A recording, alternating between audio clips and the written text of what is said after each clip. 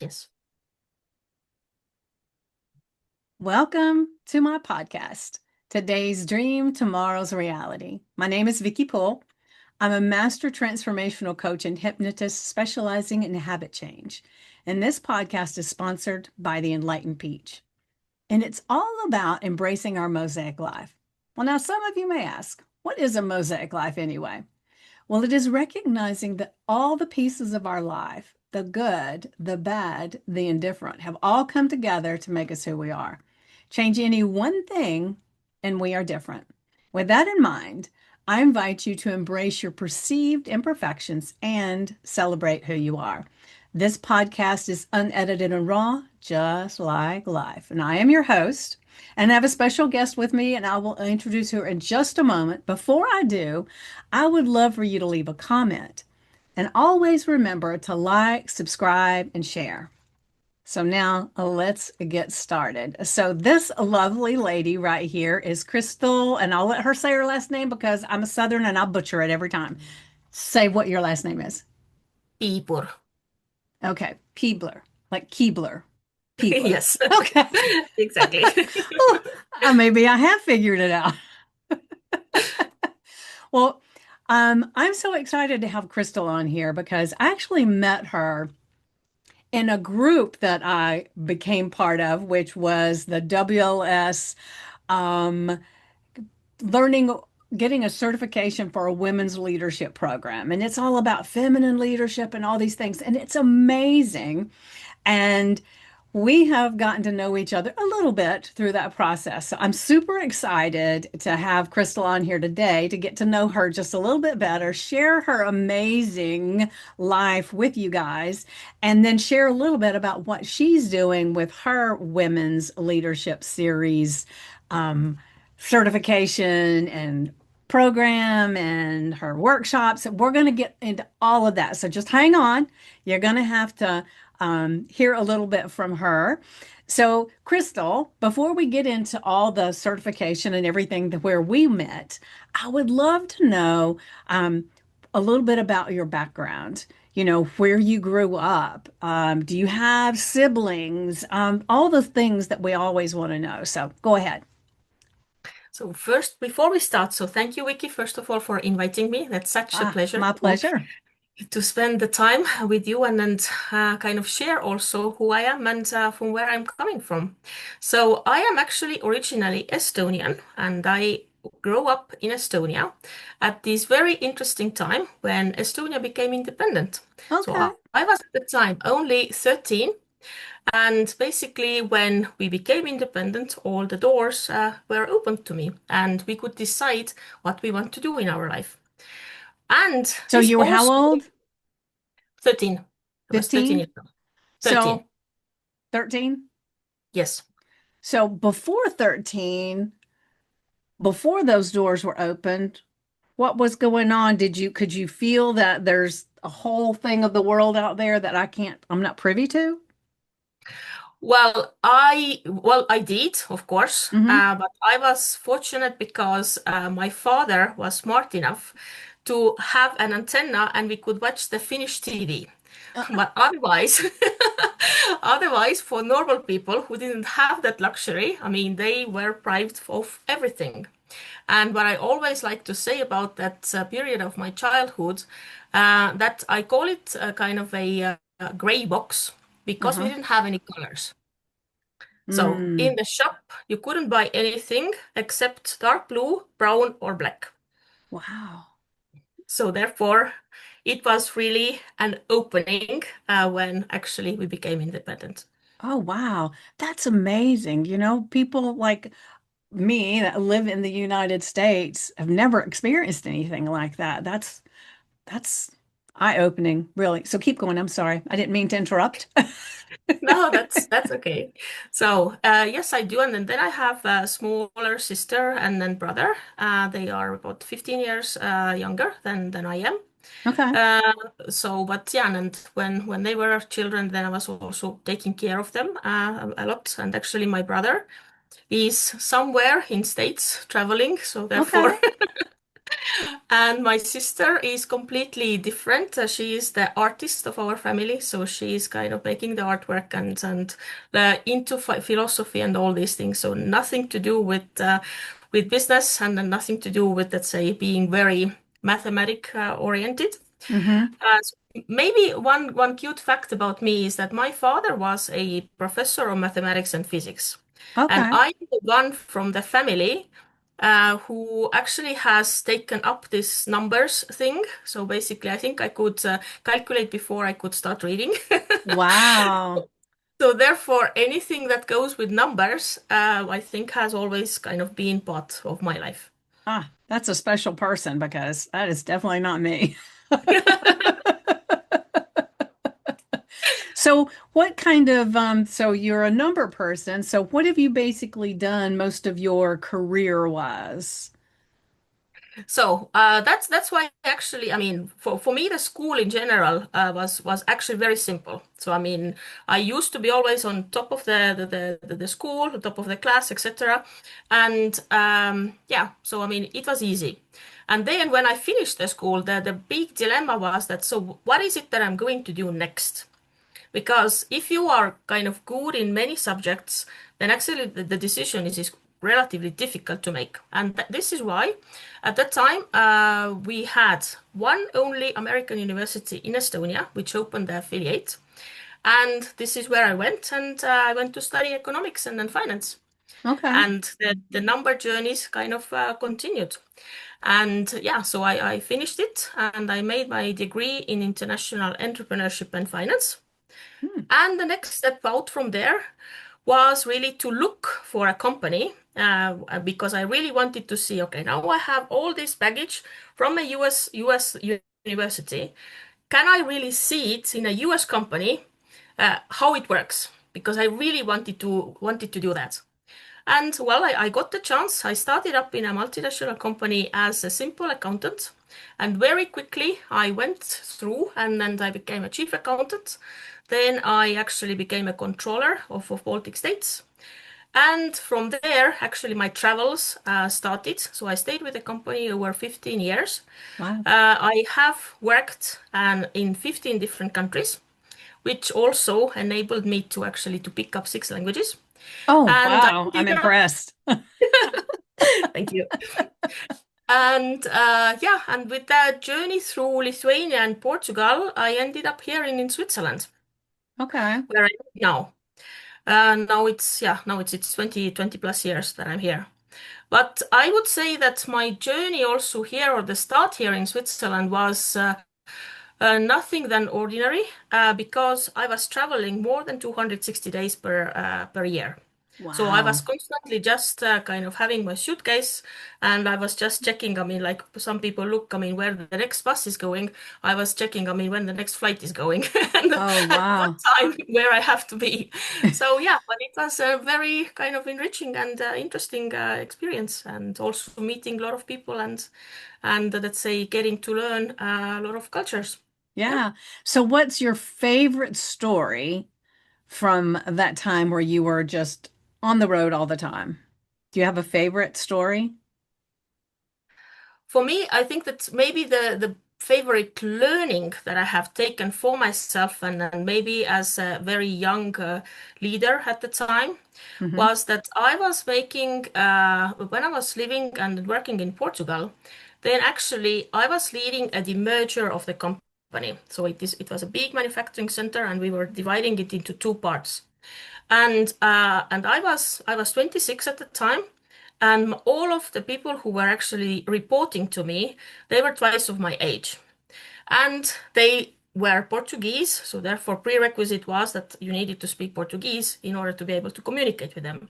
And so now you can imagine the situation when there is this young blonde lady which is coming in and saying, I mean, I am now just going to kind of tear everything apart. I'm going to split you up, and I mean, and you are going to do it in my way. Yeah, well, let's see how this is Yeah, actually let's see going to how that happen. goes.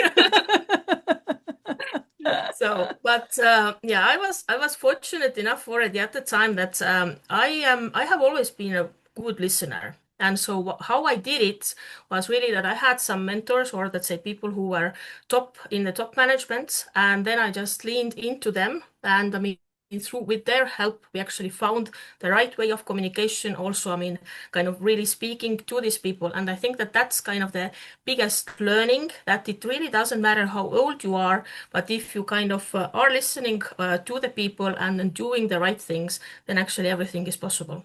So yeah, Yeah. that's kind of one of the stories, Yeah. if you want. Beautiful. I love that. So are your parents still living? No, unfortunately, no. I mean, all my parents have passed away, and my Hmm. mother actually passed away when I was very small. So How this old is were kind you? of, I was only two. Oh, wow.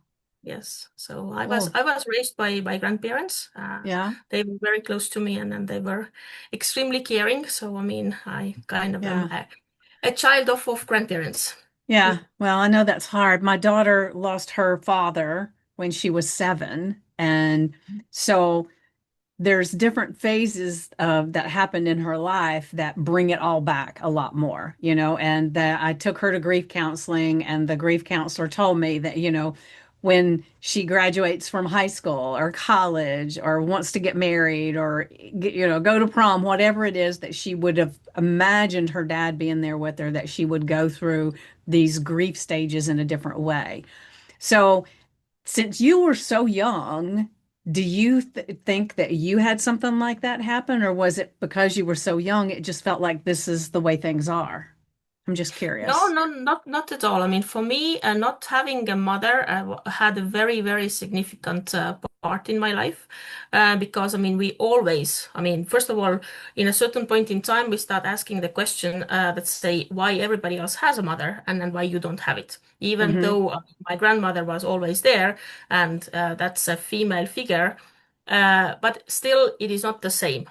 So, Right. and I had, let's say, I think that when I was um, younger, for me, this let's say triggered more of trying to be accepted by other people, or I mean, this lack of having a mother who is kind of giving you this soft cocoon where you can just kind of go in and then somebody is kind of taking care of you.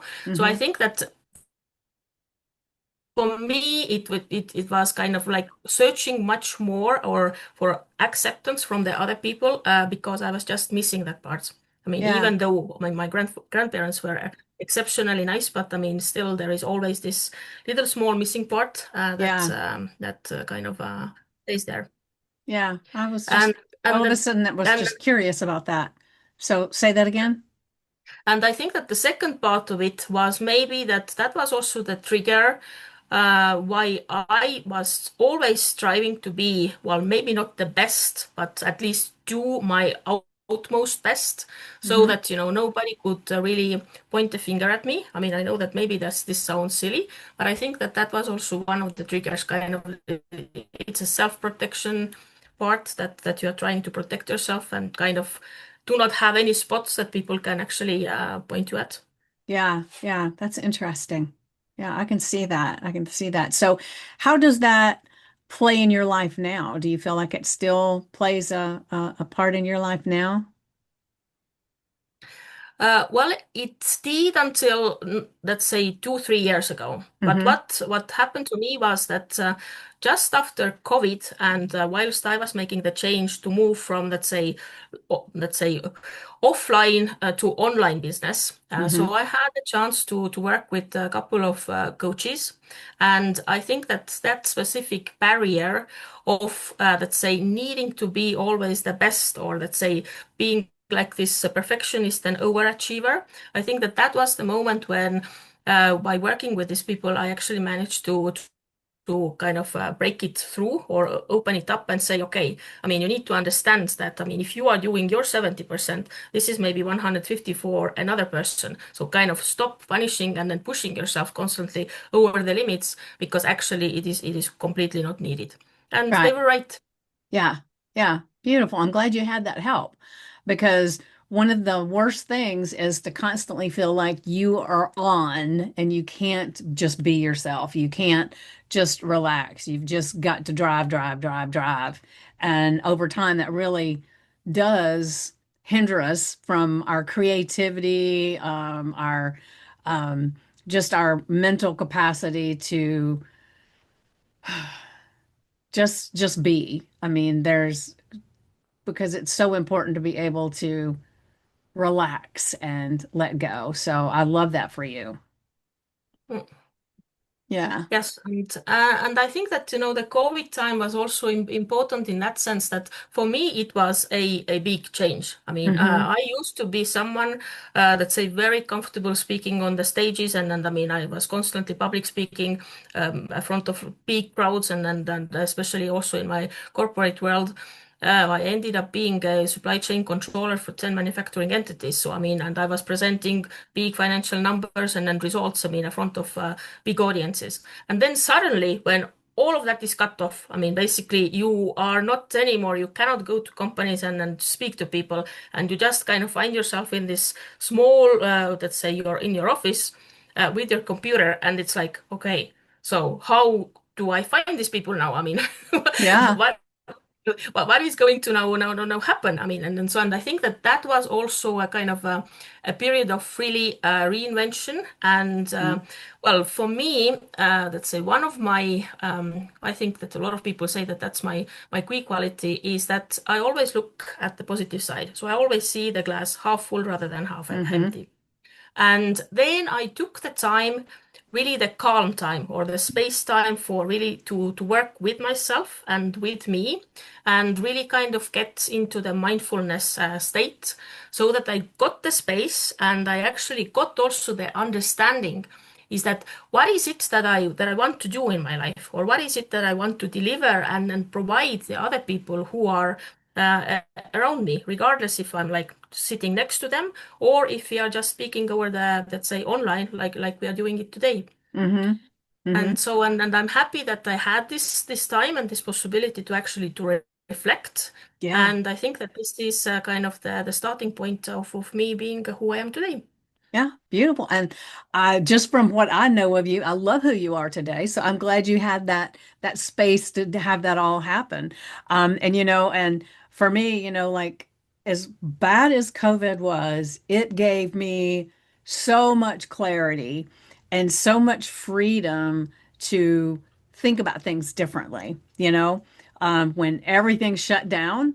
I'm imagining it shut down the same way as where you were as it did here in the US. It was like one day we knew that things were, oh, there's stuff going on. And then I got a notification, you got to close the doors. You can't do hair anymore because I was doing hair at that time. And it was like, oh, what? I can't do hair. And I was also a hypnotist, and all the hypnosis was in person. And so suddenly it was like what you were facing. It was like, oh my gosh, now what do I do? I can't do people's hair. I can't do hypnosis. So how do I make this work? And that's when I started doing hypnosis online. And now I very rarely do it in person. People prefer it online because they don't have to travel and get in the traffic and all that stuff.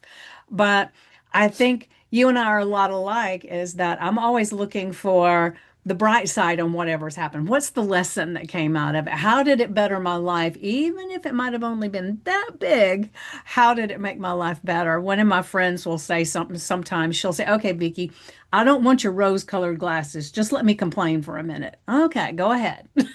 That's so good. I know, I know. Um, so let's go ahead and the some of the stuff that you've got going on now. Now you and I both just took the certification and everything. And so for those that are listening or watching, they don't really know what we're talking about. So do you want to go ahead and just share a little bit about what that is, why the certification was important to you, and what you feel is coming from it? Yeah, sure, of course. So when I first, when Nicole, who is the author of the Women Leadership series, invited me to participate, I mean, I was of course very intrigued in a way, but also very much in to the opportunity because I had personally a feeling that even though I have studied and learned a lot, that I was kind of going towards more and more towards leadership and also mentoring people and so on and so forth. So therefore, I thought that, I mean, definitely it would be worthwhile at least to do this program and see what I can really kind of take as my takeaways. And as you know, I mean, this program is 10 weeks long. I mean, we have these incredible sessions. I mean, there are 3 hours, but these 3 hours, they just fly away so fast that it kind of seems that, we just started and we already have to finish. I mean, we Yeah. didn't yet kind of finish talking. I mean, what we started to talk. But the importance of the program at the end of the day was that I really managed to get my leadership voice. I mean, I could really step by step define actually who I am and really put my feet down. And now I kind of, when I speak, I know what I stand for and which are my foundational values. That's one part. But also, what was really, really a big breakthrough through for me was that we had a talk with a couple of the participants, and I was struggling really to how to implement the concept of prosperity. And there were a couple of small things that through these discussions, they just hit the nail. So, and then coming out of that, I was really moved and touched, and I was like, that was a really an eye opener. And since then, I mean, I have taken all my courage and moved the things forward, and everything is now kind of coming together like a picture of the puzzle. So I'm really grateful, and without this program, I actually could not have done it. Oh, So that's beautiful. that's for So me. I'm curious, you've done opened the Pandora's box here. So what was it that was about prosperity, or what was that just kind of like light bulb moment? Do you remember? Yes, yes, of course. I mean, so basically the thing was that, I mean, in order to deliver prosperity, so we need some means. I mean, Right. Yeah. a lot of times, I mean, what we say, okay, everything comes down to money. Well, the question is it really always about money? Maybe we are just doing or thinking about things not in a right way so that we cannot put these material needs together. And for me, what came out of that discussion was that I needed some people. Okay. And You normally we always say, okay, you if you did need what some now? people. Say that again. You So normally what we always say is that we need some people. right. Okay. So, but when we need some people, we always think about people whom we need to hire. And we never actually think that there might be people who would just like to participate in your projects because of getting the knowledge, because of getting the experience, because of actually having the possibility to stand next to you and work and then move the things forward. And that was where I was stuck. So basically, my key was to understand that if I get some interns or so, let's say people who really want to understand the processes that I'm working with, they are actually willing to come and help me. Yeah. And that kind of moved the things forward. Yeah, so similar to years ago, people didn't just get jobs. They worked as an apprentice under someone till they learned the skill enough to go do it on their own. So it's like you're allowing somebody to gather that skill that they can't Yes. just learn because it's not going to fall out of the sky. So you're actually doing something for them by letting them come and be part of it. Is that kind of what you mean? Yes, exactly. Because I mean, especially where I am here in Europe, I mean, if you do not have here, you cannot really get the real job if you don't have any previous work experience. So you see, it's kind of contradictory. You Yeah, need an experience yeah, uh, because, I mean, and who wants to take you on if you actually do not know, I mean, how to work? So, I mean, right. that's always the thing. So, yeah. Yeah, well, when I was 16 or 15, I don't remember. I think I was 16.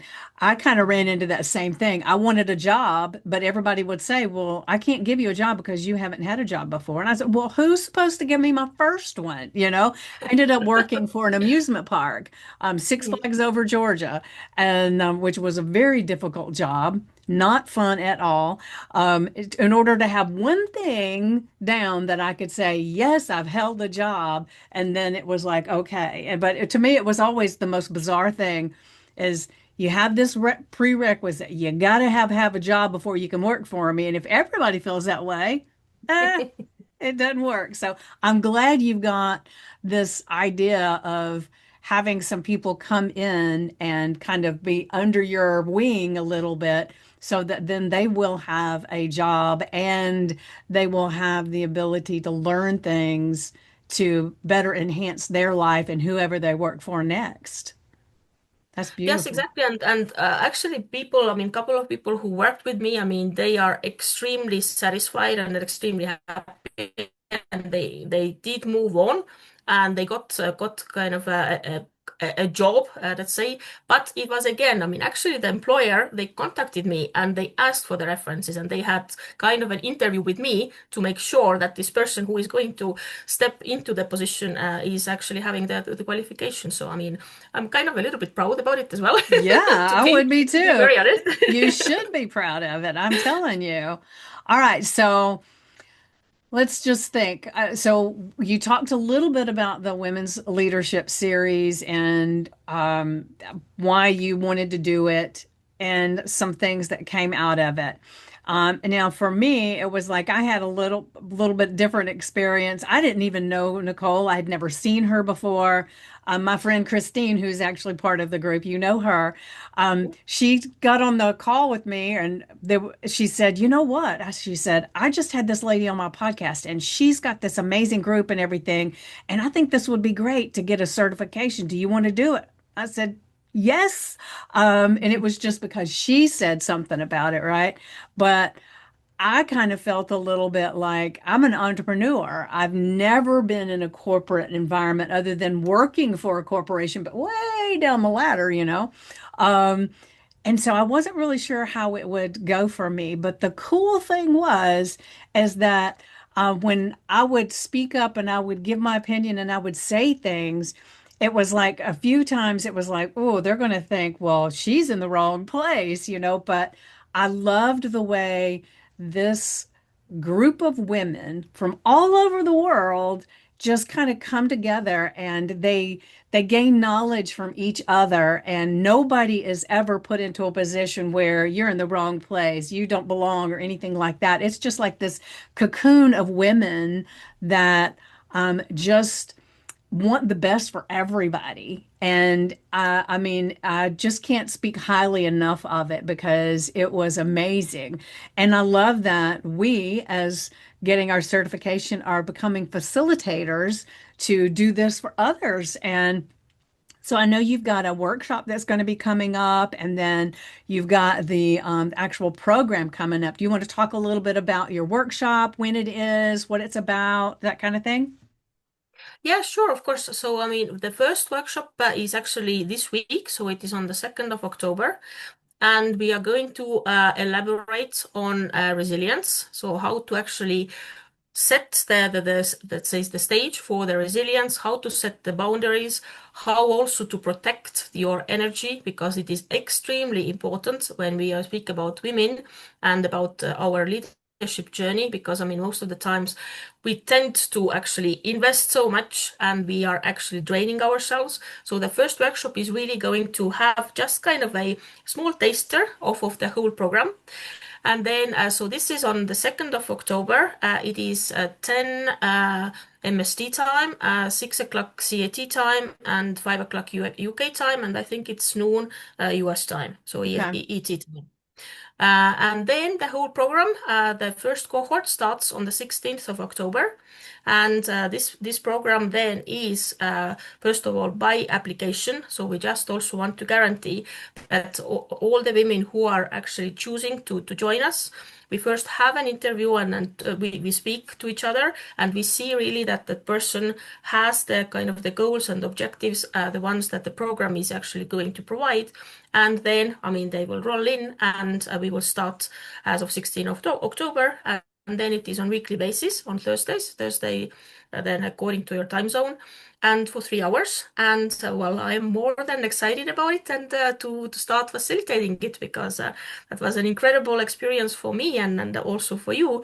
Mhm. But yeah, I mean, having the new ladies joining and going through this experience, it's going to be just amazing. Yeah, and I've got a funny story about me with that is when I filled out the little form with Nicole, I have this terrible habit of I don't check my email all the time, and I hate to admit, let me look and I'll tell you real quick how many emails do I have right now. and I know you're a numbers person, so don't pass out or anything. I got 45,000 Gmails right now Wow. Okay. showing. Okay.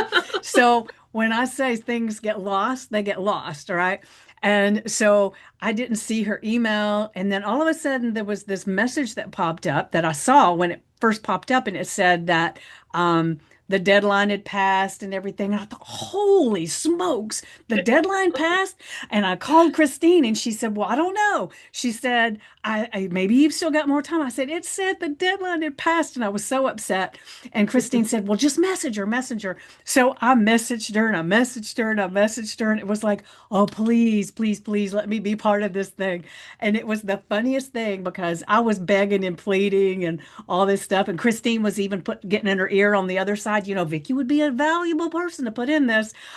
So I was so excited when I got the message that because of all that, she's went ahead and let me come into the program.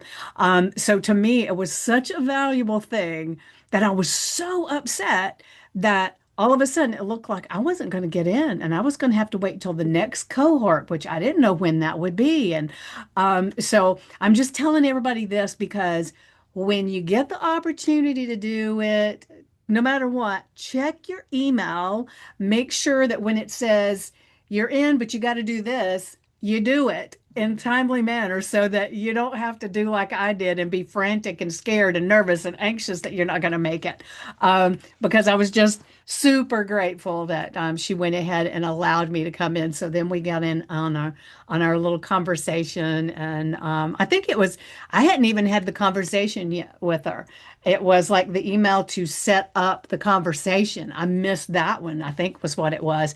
So it was like, oh my gosh, done past the window, but I'll just say some prayers and just move on forward. So it was that important and that valuable to me, and I'm definitely grateful that I was able to get in and be a part of it. And the thing too is like with this. I'm going to get this out at ASAP so that people have the opportunity to hear about the workshop.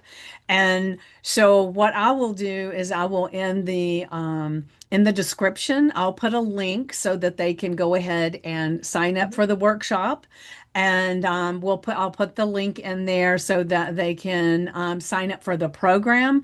And so do you want to just kind of touch a little bit more on the program, kind of what it is, that might get some of these people to understand why we were so excited about being part of it? Well, I think that first of all, definitely is the fact that I mean we come together from different parts of the world. I mean, so in Hmm. especially in our certification cohort, we had people from let's say America, from Europe, like myself, but also people from South Africa. So I mean, it is very international cohort. That's one part of it. Then the second, I think that very key part of it is that we all have so different backgrounds. So I mean, all of us, I mean, we have done different things in our lives, but we are all women who have, in one or another way, succeeded in our life. We are bringing in and let's say our experience, knowledge, and also let's say things maybe that we would like to change. And very simply, and in a methodology that we are using in this program, that creates us this safe space. So I mean, we kind of really feel part of the community. We start connecting with each other, and we have this like really kind of confidence that I mean, what we speak to each other stays in the room, and we kind of we can open up ourselves in a different way. And I think that this is really kind of the valuable part. And then once the program rolls out step by step, is that it is built in the way that you are step by step understanding yourself better and actually opening up and enriching yourself with these discussions and everything that we do during these 3 hours on weekly basis. And the last part, what I would say is that also it's very good that we don't have any homework, at least for me, because I am very busy and I wouldn't Yeah. have the time or even want to feel guilty that, oh my God, I mean, I haven't even opened the thing, I mean, before the session starts. Nevertheless, I think that what we are covering during the session, it gives you so much, let's say, food for thought throughout the week that, I mean, it is more than enough just to digest it and understand, and you start looking at things differently and even talking to people differently. So therefore, I think that there is no need for actual homework, but you are doing it unconsciously. Yeah, And yeah, what's the real outcome of it? That it is transformational. I mean, you do it and it transforms you and you become a better version of yourself. That's for me yeah. what BLS is all about. Beautiful. I love that explanation. I love it. So what's the date again for the actual program? October So the what? program starts 16th of October and the workshop is on the 2nd. So between the 2nd of October and the 16th, we will have time to speak to the lovely ladies who are going to reach out and then let's say have their applications filled in and then set everybody ready to start on the 16th. Yes, and just so everybody knows, the workshop is actually free. There's no fee involved in that. But there is a fee involved in the 10-week program, of course, because you have to put in a lot of work to facilitate this, right? And so it's time consuming. I know you didn't you create a lot of the slides, if I'm remembering correctly, correct? But well, partially, I mean, it is Partially, still yeah. adapted. Yeah. Yeah, yeah. So there's slides involved, but there's so much gold in each one of those meetings. And so it's worth way more than it's going to cost. But I don't know if you want to tell anybody right now what the cost is, or if that's something you want to handle later. I'll leave that up to you. But just know the workshop is free, but it will definitely let you see how valuable the program is.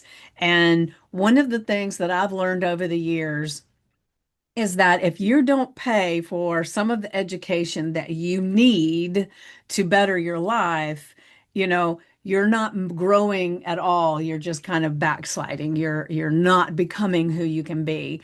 And the amount that you pay a lot of times can be so small compared to what you gain. And that's what this program is.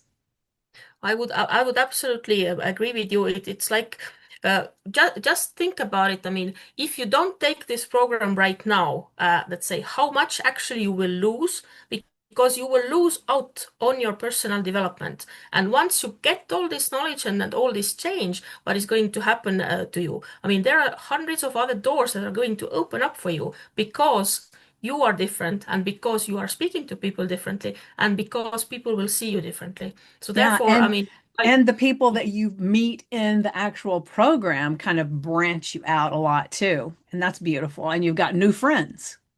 exactly, and Yeah. that's also a little part of the program is itself what we call the power partnership. So I mean, basically, you will find your power partners who will make you sparkle further. So absolutely, Ooh, Vicky. I like that. That make you sparkle further. I love it. I love it. Well, I do want to ask, we didn't talk a lot about your background and everything, but we did dive into it just a little bit. But I really wanted people to know who you are, and you are amazing. The fact that you speak 6 languages like blows my mind because I speak one. And there's so many times I've wished I had been in a place where I was exposed more to other languages, so that I could have just kind of grabbed onto them. And it sounds like that's what you did because you were in these different places that it was like sink or swim kind of thing. You got to speak it or you just can't communicate. And so I love that about you. And then I will say that every time we've had one of our sessions, you are always one of the people that gives such great insights. And if we got into a breakout room together, you were always so uplifting. And so I definitely have been really glad that you were part of this program at the same time that I was. And so I think there's a way that our subconscious mind, the universe, God, whatever, puts us in the room with the people that we connect with the most, right? So if anybody's watching or listening that is thinking, "Oh, this might be good," jump on it, because what's happening is your subconscious mind is saying the group that is going to be there is the group that's going to help you expand your life in a way that you can't imagine. If you wait until later, it'll be a different group. Now, not to say it wouldn't be a good group, but there's something about this group that they need. Um, so, like I said, we will have the links in the show notes. But with all of that said, is there anything that I haven't asked you or that you've wanted to say about either yourself, the program, maybe some kind of inspiration for someone? Is there anything that you want to share before we stop? Yes, there is one thing. So, I mean, Okay. I just want everybody to know that my mission in my life, or my vision rather than mission, is to bring 1 million more smiles around me. So, if Oof. you're listening to that, and if you want to be one of the persons who is going to smile, then please join us and please find me up or in LinkedIn. And if you want to talk, then I'm very open to do that. So, yeah, and then come and join us, and surely you will smile more. Beautiful, beautiful, because that is a fact. That is a fact. All right. So, um, my thing is, I always want to share with everybody is that the best way to predict the future is to create it. And I can't remember who said it. I've gotten different views from different people, but I need to really look it up. But anyway, it doesn't matter. It is the truth. And so we can be in control, and this is a beautiful place to start. So thank you so much, Kristel, for being here. And thank you all who are watching or listening. Remember to like, subscribe, and share, and then check out the links. Check out Kristel's info because I'll have her links in there too. So you can check her out on Instagram. You can check her out on LinkedIn, and check out the link for the workshop and for the program, and you will not be disappointed. I will Not at all. promise. Thank you so much, Vicky, for inviting me. It has been a pleasure, and it was really a magical pleasure to meet you during the VLS. So Ah, thank you for thank that. you. I feel the same. All right, guys. See you later.